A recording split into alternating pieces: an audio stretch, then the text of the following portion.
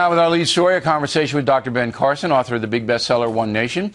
On Sunday night, a presidential straw poll in Polk County, Iowa declared a winner. And it was you, Doctor. You got 62% of the votes cast. Runner-up was Senator Ted Cruz with only 7%. So if you're going to run for president, and I know you're going to say you're looking at it, I don't know, I'll decide on April Fool's, I don't know what it is. You're going to have to raise a lot of money. You're going to have to start now. All right, you're going to have to start now raising money because you got to hire people in every state. You got to get an organization. You got to hire pinheads like Karl Rove. You got to do all of that. Okay, so have you started doing that? Yes, we've started the USA First PAC to do exactly that, but also to raise funds to help other candidates. Because I think if we don't have a significant impact in November of this year, we're going to have lost the race. So we really need to have a big impact now. Okay, so you're going to look to see what happens in November, to see where the country is at this point in time.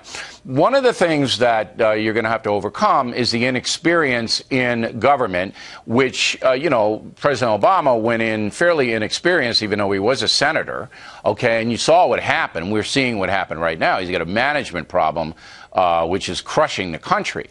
And then, you know, the savvy politicians who have been around for a while and held positions like governor, senator, congressman, they're going to say, look, I like Ben Carson. He's a good guy, but he didn't have any government experience. He can't run the federal government. And how are you going to overcome that?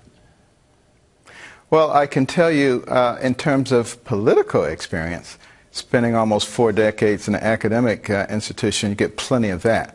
But there's no question that I haven't spent a lot of time in government. Doesn't mean that you can't make sure that you have people around you who have spent that time. But I think the thing that is actually more important is wisdom and understanding and knowing how to use facts.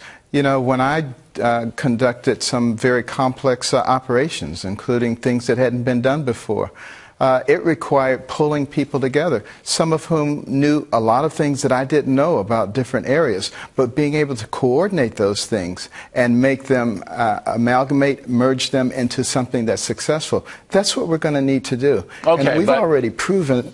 You're also going to need. No, we've proven that. You're also going to need to defeat Putin, ISIS, China. I mean, socially in the United States, Absolutely. I think you got it. I mean, I would have no problem. But once you get overseas now, then you're in really, really, you know, for a new guy, these are complicated waters over there. There's no question that they're very complicated. And I think one of the things that is vitally important is that you learn to listen to your generals and some of the people who do know that. But the fact of the matter is there are some guiding principles. When you're dealing with an organization like ISIS, whose stated goal is to destroy you, you can't play with them. You can't just drive them back into their little hole and let them regroup and come back out. You have to have a philosophy that you're going to get rid of them, and you have to use the means that are necessary in order to do that. All right. You can't play games. Well, Doctor, if you decide to run and be fascinating, that's for sure. And, you know, we'll give you a hard time. We give everybody a hard time. But I like a hard time. You're a good man, Doctor. Directly ahead.